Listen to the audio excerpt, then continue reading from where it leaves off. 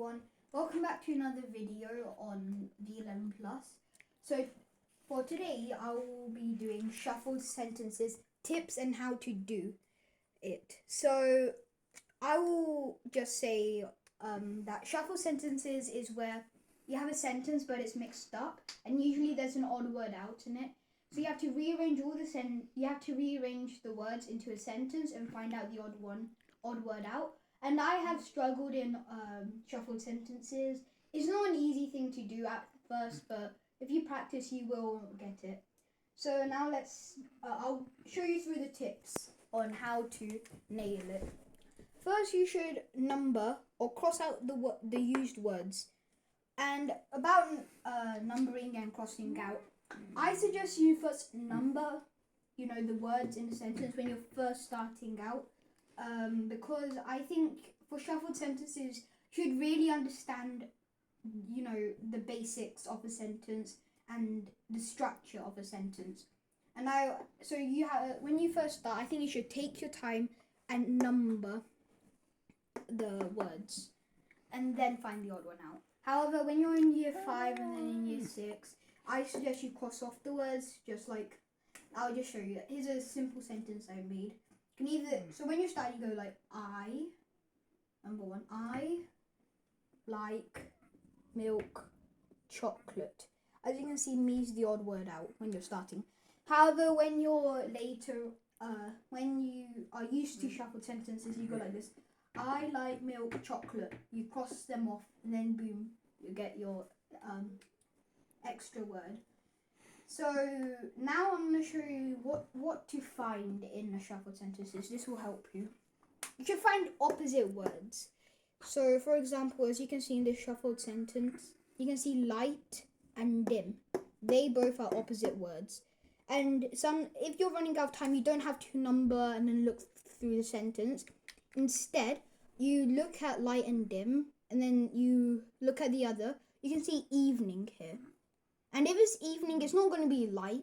It's going to be pretty dim. So now you can see light and dim, they match. And dim and evening, they match. And you can't see anything that matches with light. So you can instantly eliminate light as the odd word out. And it's actually really helpful. You don't always have to go through the whole sentence. You can just look at some words and then decide by that. But that's only if you're in a hurry. If you still have lots of time left, I suggest you kind of look through the sentence properly. And I just wanted to say to you guys that the average time they will give for each sentence is 30 seconds, okay? That's the maximum time they'll give for one sentence, 30 seconds, usually. So now we'll go to the next one. Find the subject, he or she. So you should find the subject. Is it he or she, or is it it or something? As that will help you understand, the basic sentence. Then you have to find the verb. What is the subject doing? This will also help you understand the sentence more and it will eliminate more words. So it will be a better chance for you to, look for the odd word out.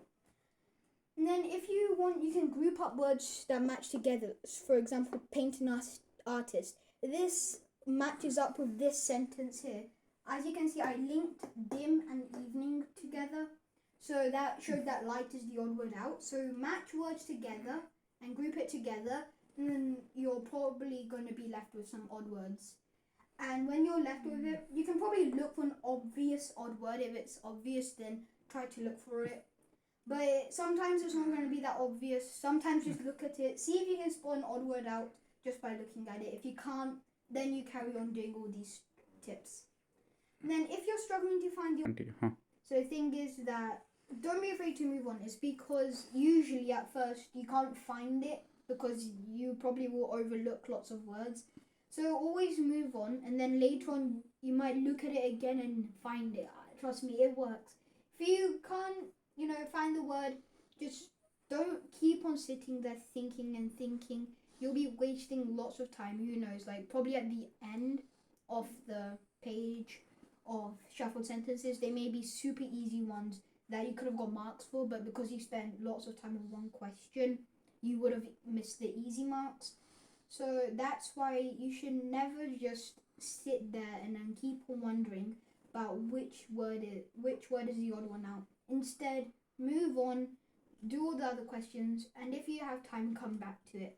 But another thing is, don't just move on. Instead, put a quick guess in, because if you move to the end and you finish the end, but that you've run out of time, you would have missed out this question. And if you had put a mark in, you may have gone mark for it. So that's why whenever you go to whenever you skip a question, always put an answer in. It really helps. And then make sure you read the question correct. Okay, usually it's just like find the odd word out, so you keep on doing it. But you should read the question correct, because they may ask you to find out the fifth word of a sentence, or the first word of a sentence, or the ninth word of a sentence, as you can see.